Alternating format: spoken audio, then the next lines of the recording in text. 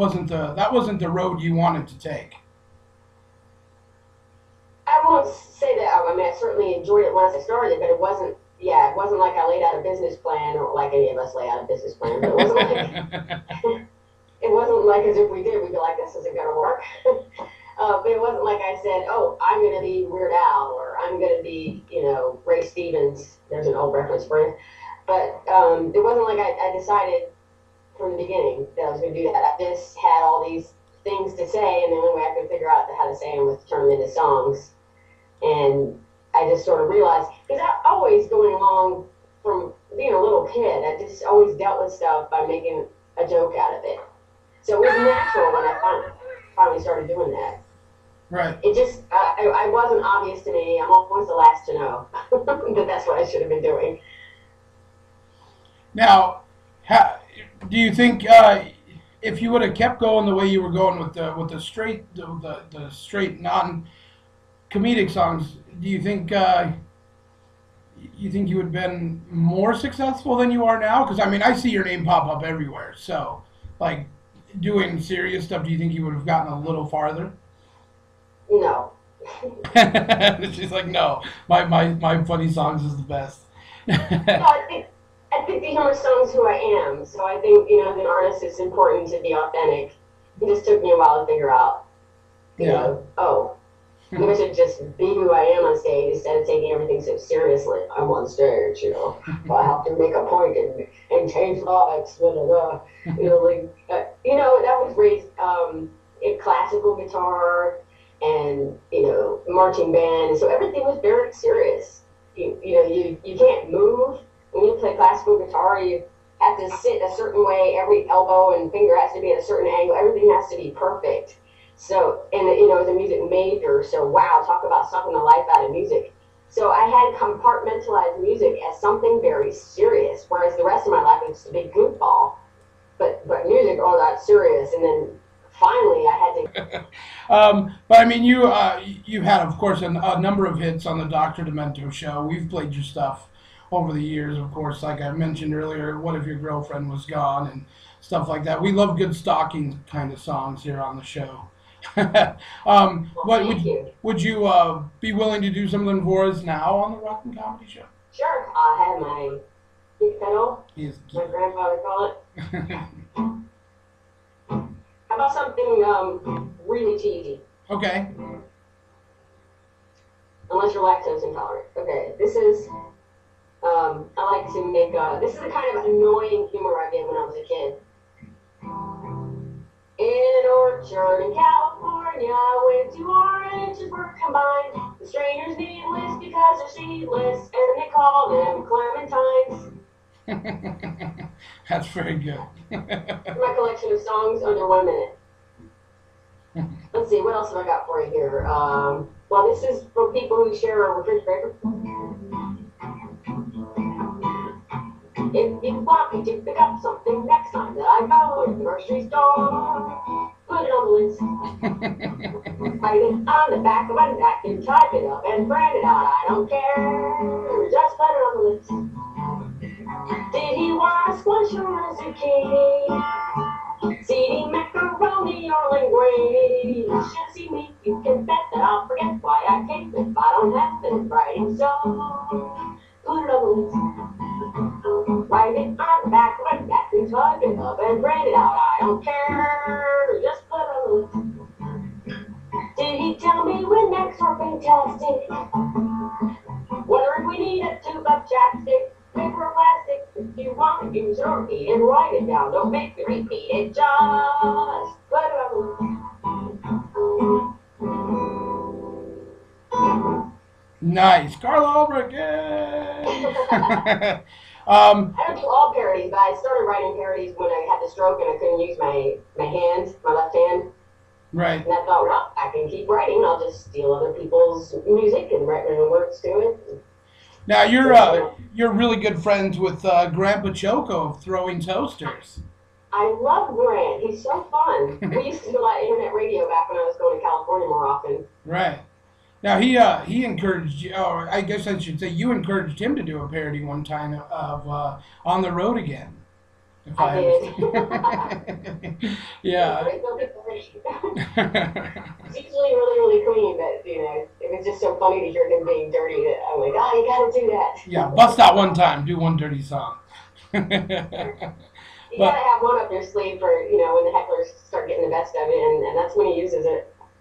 but then but I mean you have no problems doing dirty songs. I mean you wrote if I own the copyright, which is featured on Yeah, a but Red then I Peters picked up. album. I actually don't swear on stage. I never swear on stage. And I did this song, the copyright song. I sing it bleeped with the bleeper because I can't swear on stage. I'm Right. from the South. And the one time I sang that, actually, I've sung that song twice on stage, not bleeped. And one time was at the Bluebird Cafe in Nashville, and they're super conservative. And I don't know how I got away with that and didn't get dragged out and tarred and feathered in the street. I don't know how I got away with that. I guess it was so many swear words that they're like, oh, there's no hope for her. She's going straight to hell. We'll let the afterlife take care of her. Because they'd have people like say one swear word, like they'd break a string and say one swear word, and they'd be like, "You're never playing here again." And then I get up here and like 27 of them in the song on purpose. Nothing. Now, what inspired you to write that song? I was standing around outside Bluebird actually, and with a friend of mine, songwriter Steve Key, and somebody walks by, and they're obviously from like New York or New Jersey, and they're like effing this, effing that, effing that, and they're actually saying the F word, right? It just sounds like a bunch of chickens. Right. And he looks at me and goes, "Man, if I had a copyright on that word, I'd be a rich man." And I said, "Steve, you got to write that song." He goes, "You can't write a song about that." I'm like, "No, totally, it'd be a great song." He's like, "You can't write a song about that." So like half hour later, I'm talking to the cook at the Bluebird, who's also, of course, a songwriter. Everybody at the Bluebird is a songwriter. And we're going out to dinner because there's like nowhere to eat. We had to go clear across town. They roll up the sidewalk in Nashville at 9 o'clock. And then we're in the car, and I go, "So I'm going to write this song because Steve's not going to write it about how rich I'd be if I had copyright on the F word song. I mean, on the F word." He goes, looks at me and goes, "You can't write a song about that." That's it. I'm doing it. I wrote it in the car on the way home because I'm like, two people tell me I can't do it. That's totally, totally motivating to me. Being told I can't do it. Yeah, basically they're just daring you to do it. Yeah, I took it as a dare, but they really thought you couldn't do it. They were like, because Nashville, they think inside the box and all that, and I had just broken free from my life of having to sit properly playing the classical guitar. I'm not gonna have people tell me what I can't write a song about. So. Now, did you? How did it get in the hands of Red Peters? Did you submit it? Well, I don't know. She's like, I don't remember. I don't know. I just got a check for it. It was great. I did, and that $6 was so awesome. I mean, the first time I heard that song, I was like, "Wow, that's so unusual for her," but it's great. And you said, "You can't write a song about that." Yeah, why is she writing a song about that? No, I actually never crossed. I was just surprised you did it. I'm sure it could have been written. I'm just glad it was written by a woman, not a man. You would think a man would write that song. That would be the thing.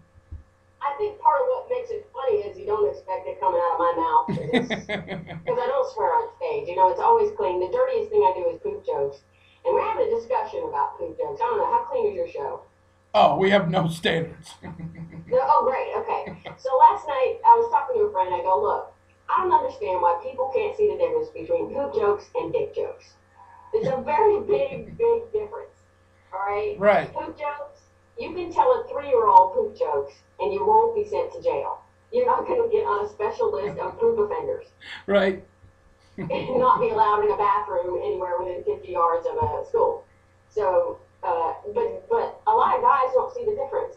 So I'll be sitting around telling poop jokes, and then some guy chimes in with, "Yeah, so I was jacking off into a sock." And I'm like, no, how do we lead from poop jokes to that? I don't want to hear that. There's a big difference. You may have your pants down for both activities, but it does, hopefully. But that does not mean that it's the same thing. Totally different. So poop jokes in my mind, because you can tell them to kids, and it's okay, because everybody poops. Totally different. So to me, poop jokes, although they're disgusting, they're clean. They are clean, depending on. Well, I guess it all depends on how you tell it. If you say poop, Well, yeah, unless you're talking about like brown showers or something. or if you don't say poop. Right. That's funny, right? Yeah, that's weird. It can be a poop joke, but if you use the S word, Right, now so it's now it's funny. not. Now it's not. Now it's not a cute joke. Now it's a dirty joke. Wow, that's deep. I hadn't thought of that. Maybe I can help you with your therapy. Exactly.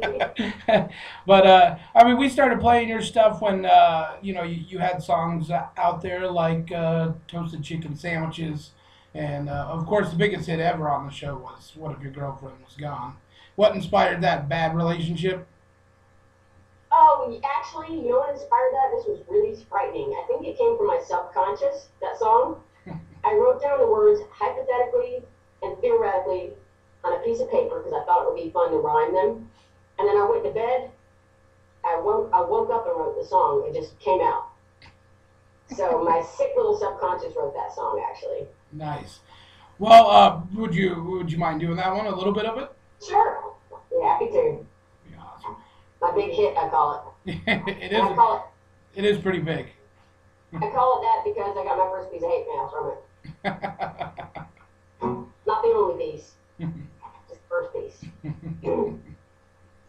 That's when you know you're doing something good. Exactly. People write in and say things like, oh, they smashed my cassette. This tells you how long ago it was.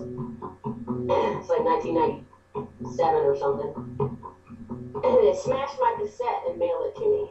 Oh, nice. That's hate mail. I was just wondering, hypothetically, what would you do? Theoretically, if something should happen accidentally or medically, what if your girlfriend was gone?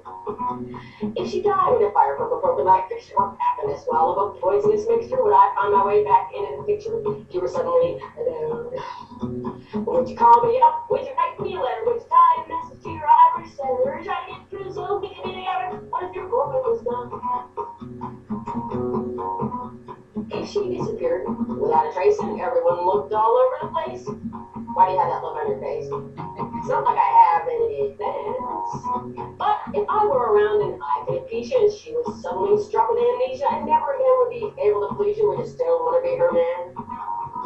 Or would you call me up? Would you write me a letter? Would you tie a message to your ivory setter? Try to get through so we can be together? What if your girlfriend was gone?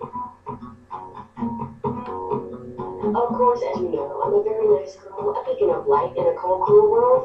Evil plans I could never carry out. But you can blame me for wondering about if something should happen. Hypothetically, what would you do?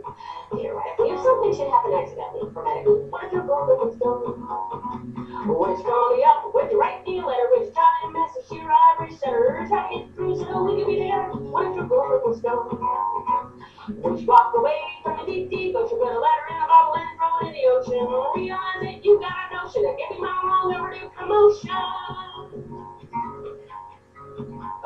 Let's go with ending number 2. Would you tie me up in a chain and better photograph me with your ivory setter? Do all those things that used to upset her. What if your girlfriend was gone? Yeah, that's Carla Ulbrich here on the Rockin' Comedy Show. Now, do you tweet? I tweet. You're on I don't tweet a Facebook. lot though. I'm a little more of a Facebook person. Yeah. And you have a website. So how can people order your music? CD Baby, iTunes, all that stuff?